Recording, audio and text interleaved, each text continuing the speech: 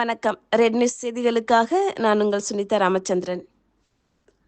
பொன்னேரியில் ஸ்ரீ கரிகிருஷ்ண பெருமாள் ஆலய சித்திரை பிரம்மோற்சவ தேர் திருவிழா கோலாகலம்.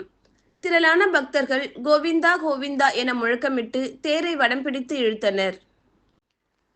திருவள்ளூர் மாவட்டம் பொன்னேரி அடுத்த திரு ஆயர்பாடியில் அமைந்துள்ள ஸ்ரீ கரிகிருஷ்ண பெருமாள் ஆலயத்தின் சித்திரை பிரம்மோற்சவ தேர் திருவிழாவில் திரளான பக்தர்கள் தேரை வடம் பிடித்து இழுத்தனர். பொன்னேரி திரு ஆயர்பாடியில் 1500 ஆண்டுகள் பழமை வாய்ந்த ஸ்ரீ கரிகிருஷ்ண பெருமாள் ஆலயத்தின் சித்திரை பிரம்மோற்சவ விழா கடந்த 13ஆம் தேதி கொடியேற்றத்துடன் தொடங்கியது. இதனையொட்டி தினந்தோறும் கரிகிருஷ்ண பெருமாள் சிம்ம, அனுமந்த, புன்ன, அன்ன வாகனத்தில் எழுந்தருளி திரு வீதி உலா வந்து பக்தர்களுக்கு அருள்பாலித்தார்.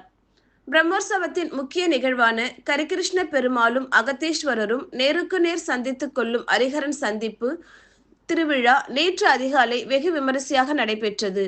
பிரம்மோற்சவத்தின் 7ஆம் நாளான இன்று அலங்கரிக்கப்பட்ட 40 அடி உயரம் 60 டன் எடை கொண்ட திருத்தேரில் ஸ்ரீ கரிகிருஷ்ண பெருமாள் ஸ்ரீதேவி பூதேவி சமேதமாக எழுந்தருளி பக்தர்களுக்கு காட்சியளித்தார்.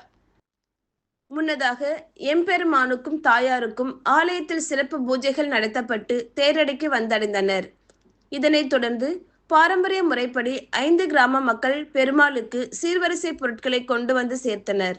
இதையடுத்து திருவள்ளூர் வடக்கு மாவட்ட அதிமுக செயலாளர் சிறுனியம் பலராமன், திருவள்ளூர் கிழக்கு மாவட்ட திமுக பொறுப்பாளர் வல்லூர் ரமேஷ்ராஜ் உள்ளிட்ட ஏராளமான பக்தர்கள் தேரை வடம் பிடித்து இழுத்தனர்.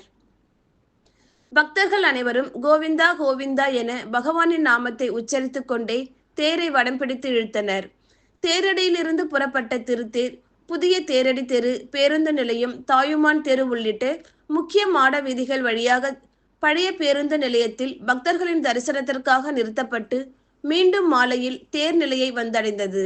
பிரம்மோற்சவ தேர் திருவிழாவையொட்டி பொன்னேரி, மீஞ்சூர், பழவேற்காடு உள்ளிட்ட சுற்றுவட்டார பகுதிகளில் இருந்து ஆயிரக்கணக்கான பக்தர்கள் திரண்டு எம்பெருமான் அருளை பெற்றனர்.